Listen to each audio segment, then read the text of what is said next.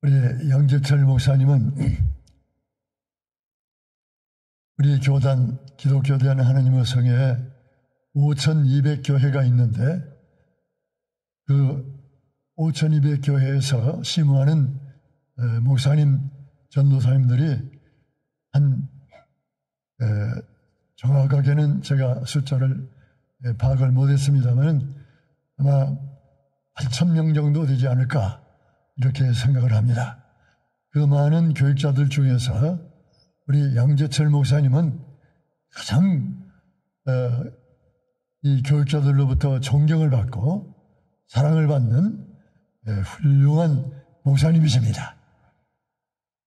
하나님께서 이 인격자, 진실하고 성실하고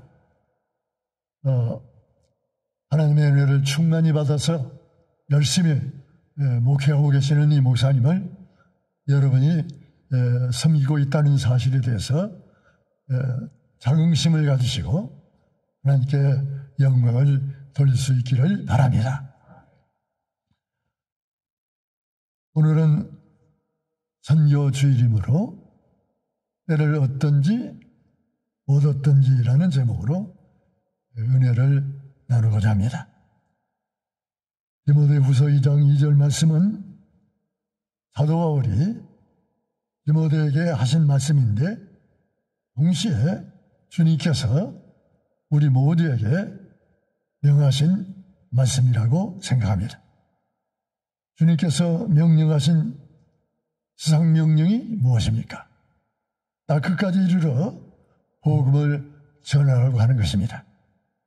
마태복음 28장 19절 이하에 그러므로 너희는 가서 모든 족속으로 제자로 삼아 아버지 아들과 성령의 이름으로 세를 주고 내가 너에게 분부한 모든 것을 가르쳐 지키게 하라.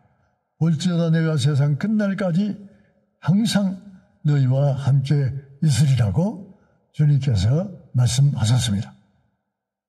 선교는 해도 무방하고 안 해도 괜찮은 그런 보통 명령이 아닙니다. 반드시 해야 할 필수 명령이요 지상 명령인 것입니다. 하늘 영광을 버리시고 육신을 입고 이 땅에 오신 성육신하신 그래서 인류의 유일한 구세주가 되신 예수님께서 구원받아 하나님의 자녀가 된 모든 성도들에게 여러분에게 복음을 전하라고 지상명령을 내리신 것입니다. 나 끝까지 이르러 복음을 전하라 하셨으며 때를 얻든지 못 얻든지 항상 복음을 전하라 이렇게 말씀하신 것입니다. 사도 바울은 부채의식을 갖고 복음을 전했습니다. 바울은 하나님께 진미를 갖기 위해서 열심히 복음을 전했으며 숱한 고난을 겪으면서 선교를 한 것입니다. 고린도후서 11장 23절로 27절에 보면 사도 바울이 만난을 겪으면서 복음을 전하고 선교를 했음을 알 수가 있는데 선교를 한 이유가 무엇이었느냐? 하나님께 엄청나게 큰 빚을 졌는데 그 빚을 10,000분의 1이라도 갚겠다고 하는 생각을 가지고 복음을 전했던 것입니다. 그래서 바울은 그 몸을 주님께 헌신하여 목숨을 내걸고 복음을 전하며 수많은 영혼들을 구원해서 하나님의 백성이 되게 하고 하나님의 자녀가 되게 했던 것입니다. 고린도전서 9장 16절에 보면 내가 복음을 전할지라도 자랑할 것이 없으면 내가 부득불할 일입니다. 만일 복음을 전하지 않으면 내게 화가 있을 것이다. 이렇게 고백하고 있습니다. 사도행전 20장 24절에 보면 내가 달려갈 길과 주 예수께 받은 사명 곧 하나님의 은혜의 복음을 전하는 이 증언한 일을 마치려 하면은 나의 생명을 조금도 귀한 것으로 여기지 아니하노라. 이렇게 고백하고 있습니다. 사도 바울은 복음을 전하다가 많은 어려움을 당했지만은 그 일을 중단하지 않고 끝까지 충성을 다했습니다. 할렐루야. 선교뿐만 아니라 봉사나 교회의 각종 직분을 수행함에 있어서 절대로 이 일을 하다가 중단해서는 안 돼요. 끝까지 충성을 다해야 됩니다. 그리해야 생명의 멸류관을 받을 수 있는 겁니다. 예수로 2장 10절에 죽도록 충성하라. 그리하면 생명의 멸류관을 네게 주시리라. 이렇게 말씀하셨습니다. 중국 야사에 보면 진나라에 유명한 두 재상이 있었음을 보게 됩니다. 한 분은 강태공이고 다른 한 분은 백리해입니다. 강태공은 80세에 등용되었고 백리해는 70세에 등용되었습니다. 이 백리해가 이 얘기를 잠깐 소개해 드리고자 하는 겁니다. 아주 가난한 선비였습니다. 그 아내가 그 남편을 바라보니 날마다 이 가난한 삶을 살면서 굶기를 밥 먹듯 하면서 그러면서 열심히 공부만 하는 겁니다. 그 남편을 바라보면서 이 남편은 아무리 생각해봐도 성공할 것 같지도 않고 부를 누릴 가능성도 없다. 이렇게 생각을 했습니다. 그래서 어느 날 씨암탉을 잡아서 나무도 없어가지고 문틀을 깎아가지고 그것을 화목으로 삼아가지고 불을 떼서 씨암탉을 삶아가지고 남편에게 대접을 해드렸습니다. 그리고는 남편을 버리고 남편 곁을 떠나가 버렸습니다. 백리해는 아내가 자기를 버리고 이혼을 하고 떠나갔음에도 불구하고 만난을 무릅쓰고 가난을 극복하면서 열심히 노력을 해서 공부를 해가지고 마침내 과거에 급제하게 되어졌습니다. 그래서 높은 관직에 오르게 되었던 것입니다. 백리해가 관직에 오른 다음 어느 날 고향을 찾아가게 되었습니다. 그 아내가 그 옛날 남편이 이렇게 높은 관직을 부여받아가지고 출세했다 그런 말을 듣고 그 남편이 고향으로 돌아온다 그런 말을 듣고 과거의 남편이 지나가는 길에 앉아서 검은고를 타면서 그 남편에게 이렇게 얘기를 했습니다. 나를 용서하고 다시 아내로 받아주소서. 그렇게 요청을 했습니다. 그러다 그 백리해가 말하기를 중간의 변절은 충성이 아니다. 그러면서 그녀의 요구를 거절했다고 하는 겁니다. 선교도 마찬가지이고 교회 직분도 마찬가지입니다. 선교가 아무리 힘들고 어렵다고 중단해서는 아니 되는 겁니다. 백리의 아내가 그 백리가 심히 어려움을 겪을 때에 그 남편을 버렸듯이 우리가 선교를 하고 교회 직분을 감당하면서 코로나가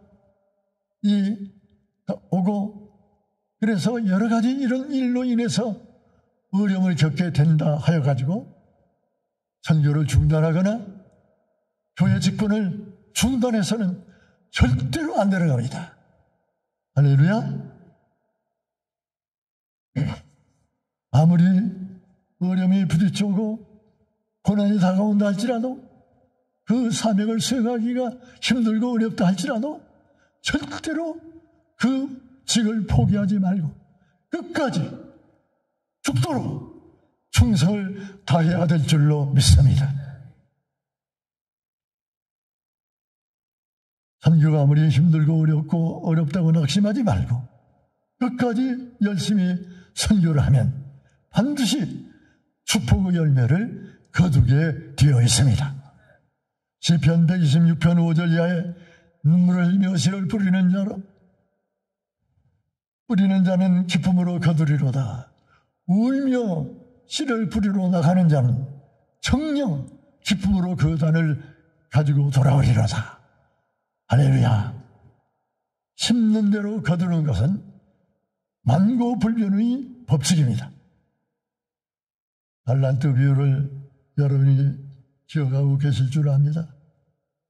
5달란트를 받은 청지기는 그 5달란트를 가지고 열심히 장사를 해서 5달란트를 남겨가지고 주인에게 돌아와서 그 5달란트를 남겼다고 주인에게 돌려드렸습니다.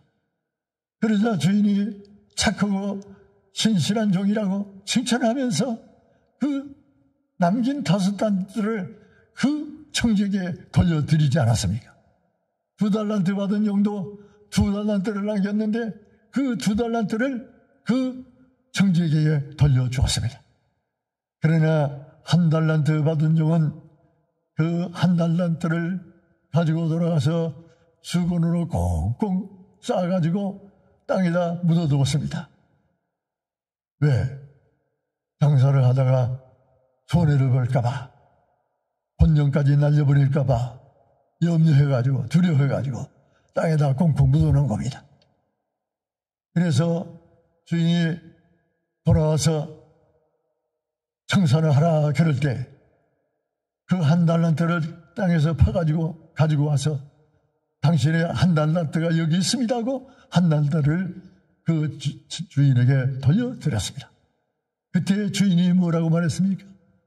악하고 게으른 종아, 나는 심지 않고 거두는 줄로 아느냐. 그러면서 그 1달란트를 다시 뺏어가지고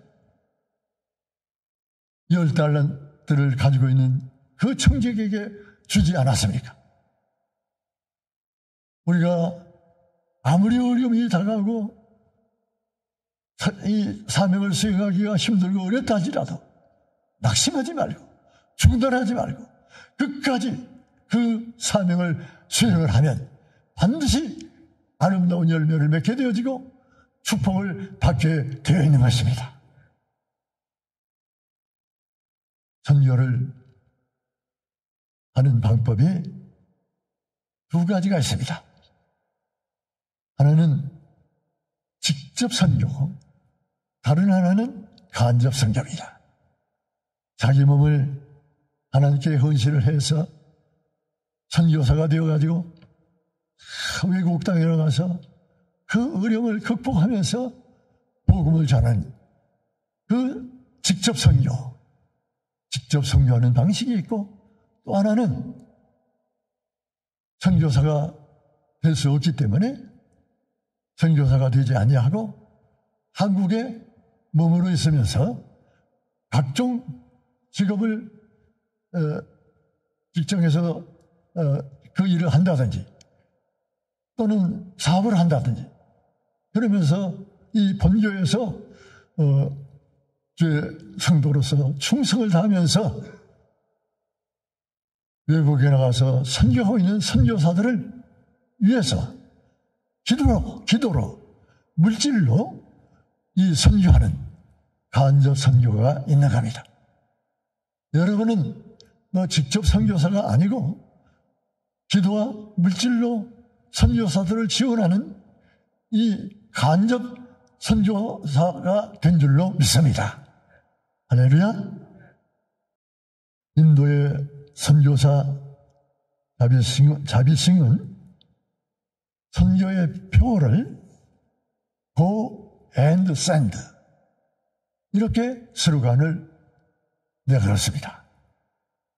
가서 복음을 전하든지 가서 복음을 전하든지 아니면 send 선교사를 보내서 기도와 물질로 지원하는 일을 하라 이거예요. 할렐루야. 성령께서 주의 종들의 마음속에 강력하게 역사하심으로 선교사가 되어 환난과 핍박을 극복하면서 그 선교지로 달려나가서 목숨을 내대고 복음을 전하는 이런 선교사들이 있는 겁니다. 저는 직접 선교는 하지 못했지만은 선교사들이 그 선교하는 일이 얼마나 힘들고 고통스럽고 어려운가 하는 것을 조금은 체험해 보았습니다. 1993년 2월 10일에 김포공항에서, 그때는 인천공항이 없을 때예요. 김포공항에서 비행기를 타고 36시간 날아가가지고 홍콩에서 갈아타고 요하네스버그 거쳐서 이렇게 갔는데, 아무튼 36시간을 비행을 해가지고 아프리카 중앙 부분에 있는 말라이라고 하는 나라, 그곳에 도착을 했습니다. 비행기에서 착륙하기 전에 그 땅 위를 바라보니까 이상하게 꼬막 껍질을 이렇게 엎어놓은 것 같은 그런 것들이 많이 있더라고요. 저게 뭔가 이상하게 생각했어요. 그래서 내려가지고 보니까 그게 뭐냐, 바로 말라이 사람들이 살고 있는 집이에요. 집이 얼마나 조그만하든지 한 2평 정도 될까요? 그런 걸 이제 지붕을 흙으로 이렇게 덮어놓은 그런 집도 있고요. 대부분 집들은 나무를 가지고 이렇게 기둥을 이렇게 서너 개 이렇게 세워가지고 그걸 또 이제 갈대 같은 것으로 덮어가지고 바닥은 가마니를 이렇게 깔아놓은 그런 형태예요. 그런 집이에요. 그런 집에서 살고 있는 것을 나중에 이제 알게 되었습니다. 말라이 인구가 한 900만 명 되는데 그 중에 한 90%는 농촌에서 사는 거예요.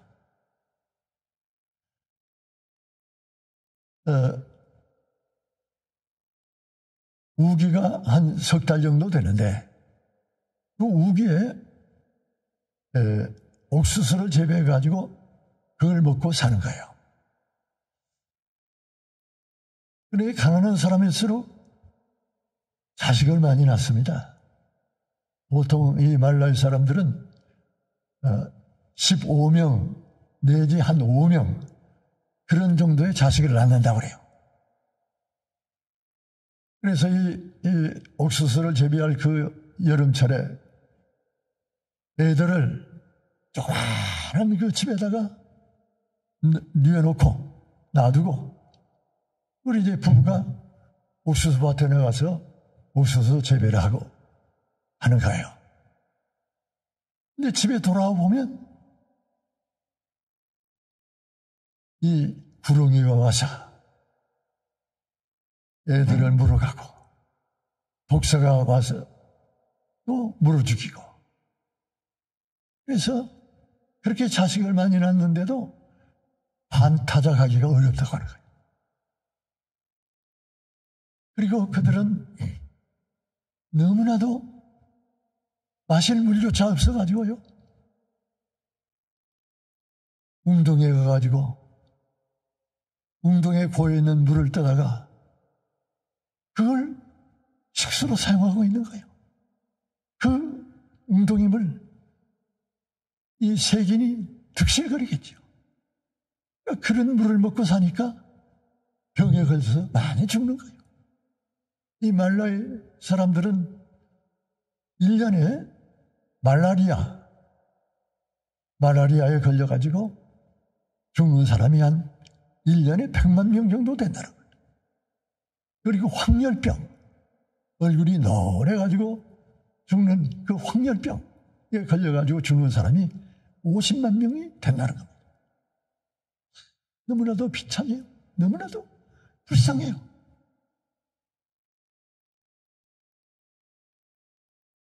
그곳에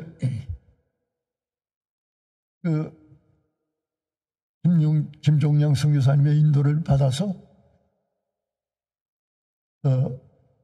두 곳에서 부흥성회를 인도하게 되었습니다. 영국 선교사 버크란드 선교사의 집차를 타고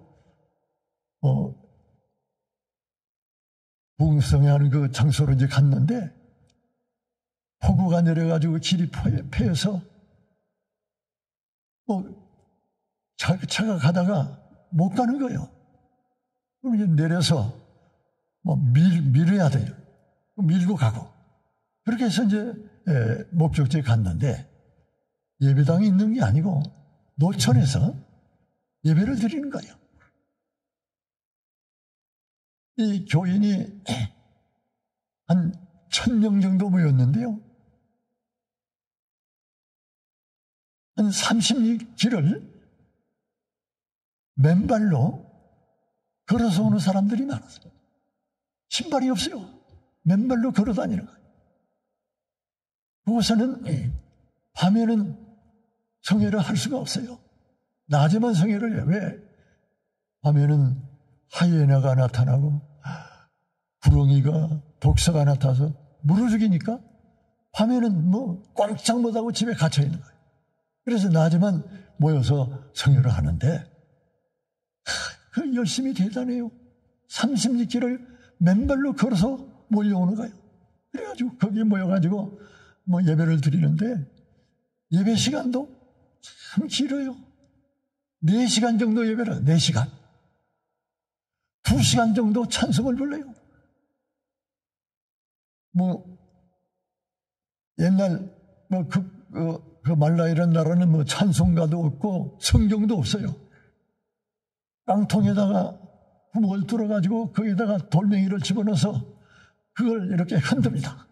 그걸 가지고 장단을 맞춰서 찬송을 부르는데 암송하는 몇 가지 그 복음성가 그걸 막 연속해서 부르는 거예요.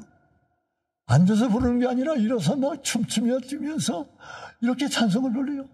한 2시간 정도 찬송을 불러요. 저는 의자에 앉아서 있으니까 성도들이 와가지고 같이 일어서서 춤추며 찬양하자고.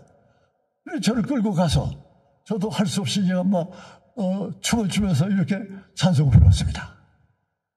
2시간 찬송을 부르고 그 다음에 말씀을 증거하는데 말씀을 내가 우리말로 설교를 하니까 또 김종량 선교사님이 또 통역을 하고 그렇게 해서 설교를 하니까 설교를 30분에도 1시간 정도 설교 1시간 정도 하니까 한 2시간 정도 설교를 하게 되는 거예요. 그리고 난 다음에 통성으로 기도를 하는데 그 1000명이 안수 기도를 받겠다고 줄을 서서 나오는 거예요. 그래서 한 사람 안수하고 기도하고 나니까 진이 다 빠져버리고 그렇게 해서 예배를 드리니까 한 4시간 정도 예배 시간이 소요돼요. 그러면서 그렇게 열심을 붓고 예배를 드리고 그런 모습을 볼 때 크게 감동을 받았습니다.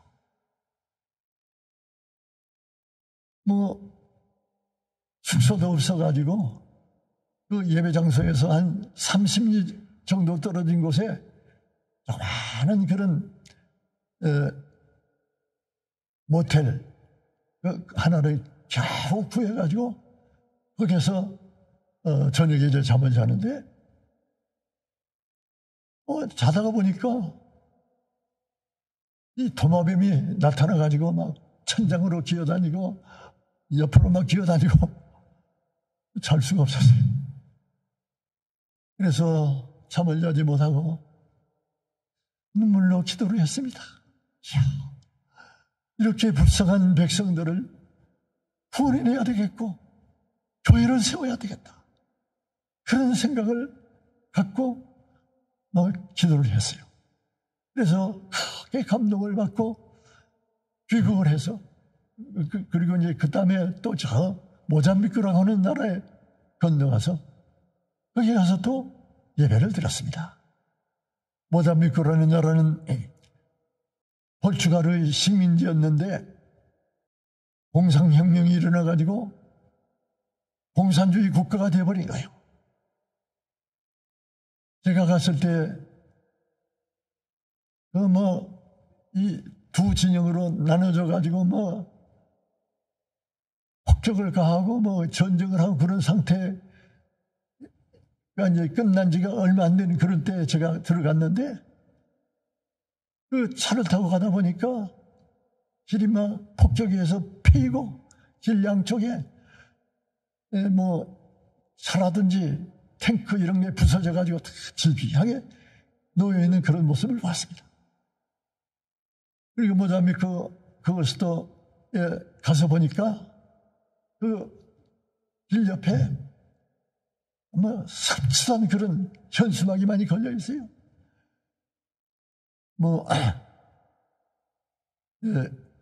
레닌 만세, 스탈린 만세, 모택동 만세 그런 현수막이 막 붙어 있고요. 그래서 너무나도 가슴이 삼치됐습니다. 우리를 모잠비크에 보내고 그 김종영 목사님 사모님이 금식하며 기도를 했다. 왜냐? 우리가만 강도, 게리라 이런 사람들이 나타나가지고 차를 타고 오는 사람이 있으면 막 덤벼들어가지고 죽이고 돈을 뺏어가고 그런다. 그런 때였기 때문에 그 사모님이 금식하며 저희를 위해서 기도해 주셨어요. 아무튼 그런 데 가서 또 성회를 인도했습니다. 아무튼 그 체험한 얘기를 다 할 수가 없지만은 이 선교사들이 정말 목숨을 내걸고 고난을 극복하면서 선교를 하고 있는 겁니다. 여러분 공산주의 국가 이 모나코가 나중에 민주화가 되었고 그렇게 되어졌지만은 그런 나라에서 선교하는 사람들은요 목숨을 내걸고 선교를 하고 있는 거예요. 어느 때에 공산당에 의해서 목숨을 잃을는지 모르는 거예요. 어느 때에 게리라에 의해서 목숨을 빼앗기는지도 모르는 거예요. 그런 상황에서 그곳에 가서 복음을 전하고 있는 겁니다. 선교라고 하는 게 이렇게 어려운 겁니다. 몸을 바쳐 직접 선교하는 선교사가 있고 반면 그 선교사들을 기도와 물질로 지원하는 간접 선교를 하는 선교사들이 있는데 여러분은 다 간접 선교사인 줄로 믿습니다. 선교를 총에 비한다면 헌금은 총탄에 비할 수가 있는 겁니다. 아무리 총을 가지고 있다 할지라도 총탄이 없으면 총을 쏠 수가 없는 거예요. 선교사들이 아무리 선교를 열심히 하고 싶어도 총탄이 없으면 이 간접 선교사들이 보내준 그 선교 헌금, 그 물질이 없으면 절대로 선교를 할 수가 없는 겁니다. 기독교단 하나님의 성의 세계 선교의 이 총재가 여러분의 교회의 담임 목사님인 이 양재철 목사님입니다. 정말 중직을 맡아가지고 이 코로나 시대에, 최근 2년 동안에는 이 코로나 시대에 너무나도 어려움을 극복하면서 이 사명을 담당하고 계시는 겁니다. 우리 세계 선교에서 아프리카 말라위, 모잠비크, 스와지란드, 남아공, 탄자니아, 중국, 필리핀, 그 외에도 여러 나라가 있지만은 등 47개 그 나라들에 가서 47개의 예배당을 건축했습니다. 그리고 우리 세계선교에 속한 10개의 이사교회가 힘을 모아서 아프리카 남아공 바프라스라고 하는 곳에 30만 평의 땅을 매입을 해가지고 3천 평도 아니고요, 3만 평도 아니고요, 30만 평. 놀라지도 않네. 30만 평이 얼마나 넓은 땅인지 몰라요. 그런 30만 평을 구입을 해가지고 그곳에다가 임마누엘 국제신학교, 또 기도원, 그리고 교회를 그곳에다 세워놨습니다.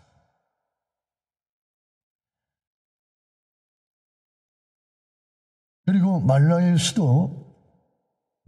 수도에 조산교회를 세워놨는데, 그 교회는 철근 콘크리트로 그런 구조로 붉은 벽돌로 건축한 교회입니다. 800석 규모의 교회인데, 그 말라위에서 아주 제일 큰 교회, 제일 좋은 교회입니다. 그 교회를 바르셀로나 순복음교회 최현철 목사님과 우리 교회가 건축비를 반씩 부담을 해가지고 건축한 교회입니다. 그리고 최현철 목사님은 스와지란드 수도와 모잠비크의 수도 바푸토에 그 나라에서 가장 큰 예배당을 건축했습니다. 그리고 이 최현철 목사님은 4개의 병원도 세웠습니다. 또 학교도 세웠습니다. 대전순복음교회 오전 장로님은 이스와티니의 그 상암 고등학교를 세웠습니다. 자기 어머니의 호를 따서 사임 고등학교, 이 고등학교를 세운 겁니다. 이 고등학교는 그 스와지란드에서 하나밖에 없는 고등학교, 그리고 영어로 교육을 시키는, 이런 정말 영국에 있는 그 학교하고 비등한 그런 고등학교입니다. 그런 고등학교를 세웠는데, 이 오전 장로님이 작년에 세상을 떠나서 소천을 하셨습니다. 그가 정말 훌륭한 일을 하고 아름다운 흔적을 남기고 소천을 하신 겁니다. 기념비적인 생애를 사시고 세상을 떠나신 겁니다. 또한 우리 세계 선교에서 20개 국가에 43명의 선교사를 파송해서 선교를 하고 있고, 우리 선교회에서, 그리고 우리 보낸 그 선교사들이 또 세운 우리 선교회에서, 그리고 선교사들이 세운 교회를 다 합치면 500개 정도의 교회가 되는 겁니다. 우리 세계 선교에서 이렇게 500개 정도의 교회를 해외에다 세우는 거예요, 여러분. 엄청난 일을 한 겁니다, 이게. 그리고 신학교도 5개나 세웠고요. 기도원도 4나라에 4곳이나 세웠습니다. 병원도 남아공에 4개의 병원도 세웠습니다.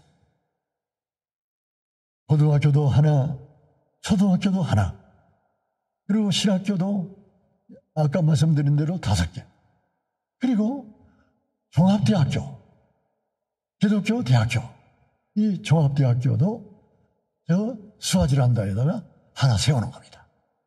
할렐루야.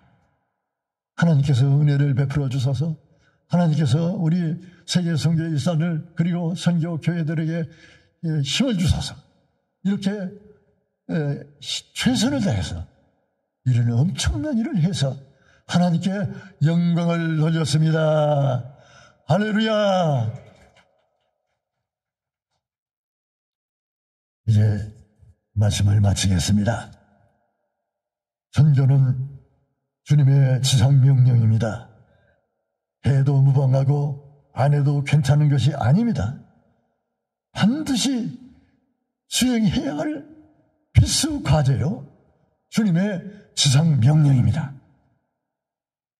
지금까지 많은 선교를 했다 해서 이만큼 선교를 했으면 됐지, 이런 생각을 가지고 선교를 중단해서는 절대로 안 되는 겁니다. 계속 주님께서 부르시는 그날까지 끝까지 계속해서 선교를 해야 할 줄로 믿습니다. 우리 모두는 지금까지도 힘을 모아서 선교를 했지만 앞으로도 더 뜨겁게 기도해서 성령 충만 받아서 성령께서 힘을 공급해 주심으로 그 힘을 의지해서 계속해서 주님 오실 때까지, 주님께서 우리를 부르셔서 상 주시는 그날까지 끝까지 계속해서 선교를 할 수 있게 되어지기를 바랍니다.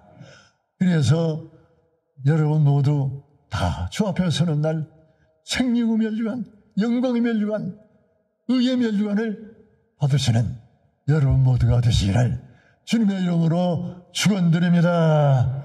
할렐루야. 다 같이 통성으로 잠시 기도를 올립니다. 주여 힘을 주시옵소서, 성령으로 충만함을 주시옵소서, 그래서 끝까지 선교할 수 있도록 은혜를 입혀 주시옵소서. 주여 3번 부르짖고 통성으로 기도 올립니다. 주여 주여 주여 우리에게 힘을 주시옵소서. 오, 성령으로 충만함을 입혀 주시옵소서.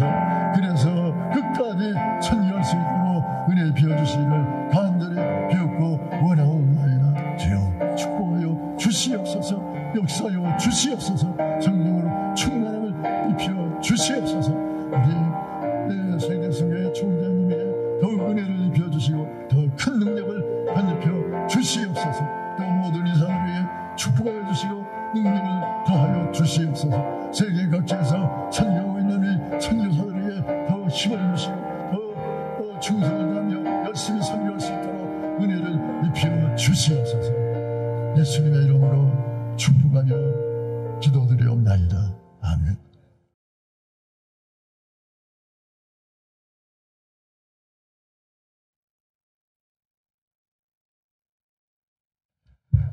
할렐루야. 저도 많은 은혜 받았는데 여러분들도 은혜 많이 받으셨죠? 지금 좀 어렵지만은 그래도 우리 끝까지 오늘 명예 총재님이 말씀 중에 하셨던 것처럼 어려워도 끝까지 우리가 선교해야 될 줄로 믿습니다. 할렐루야. 스와질랜드의 기독대학교, 종합대학교 말씀하셨는데 거기에는 또 그 나라에서 최초로 아마 의대를 세운 것 같아요. 그래서 얼마 전에 의대를 세워서 지금 우리 한국의 서울대에서 의사 하시던 분들도 거기 가서 지금 일을 하고 계시는 것으로 알고 있습니다. 그래서 여러분들이 또 기도해 주시고 그러면 지금 세계 곳곳에 나가서 선교하고 계시는 선교사님들이 더 활발하게 또 선교를 하시고 또 많은 영혼들을 또 살리실 줄 믿습니다. 그 모잠비크 말씀하셨는데 그 모잠비크 중부에 그 야분드라고 하는 곳에 있습니다.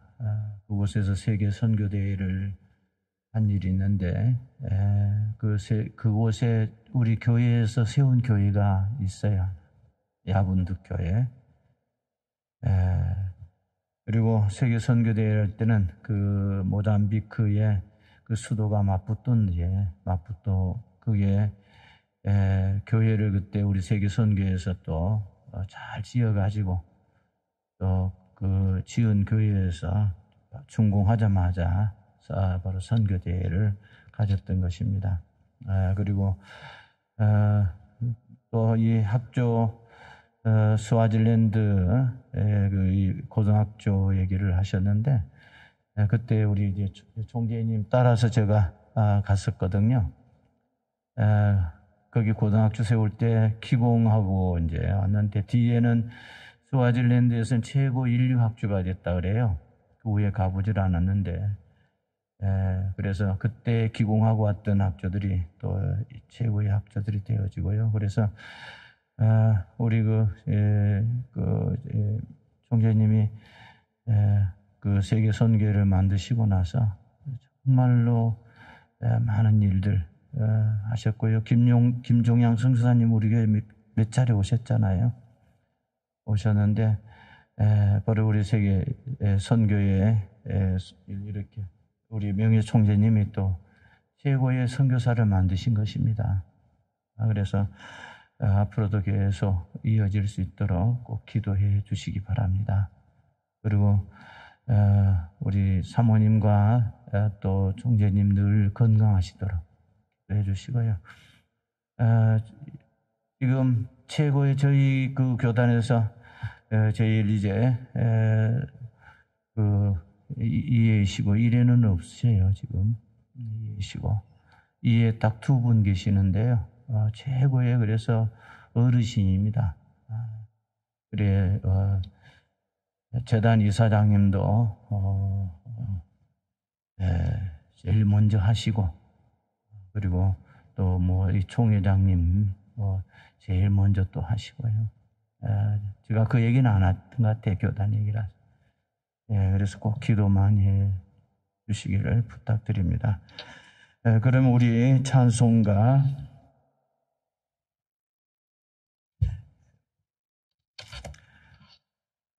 푸른바다 나선이 몸 323장 이 찬송 부르고 난 이후에 박정근 세계선교명예 총리님 나오셔서 축도하심으로써 예배 마치겠습니다.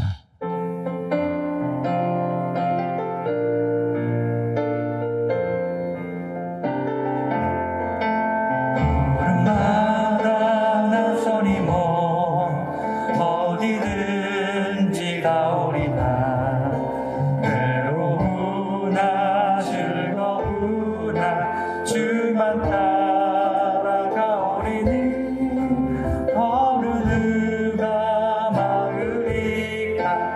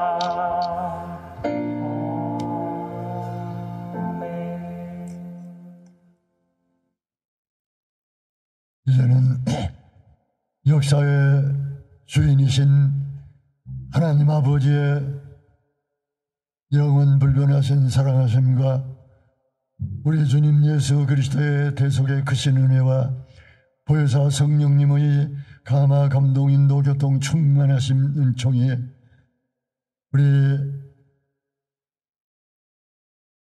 광장 순복음교회 위에와 모든 성도들 위에, 담임 목사님 위에, 그리고 이 나라 이민족 위에 이제로부터 영원토록 함께 하시기를 간절히 축원하옵나이다. 아멘.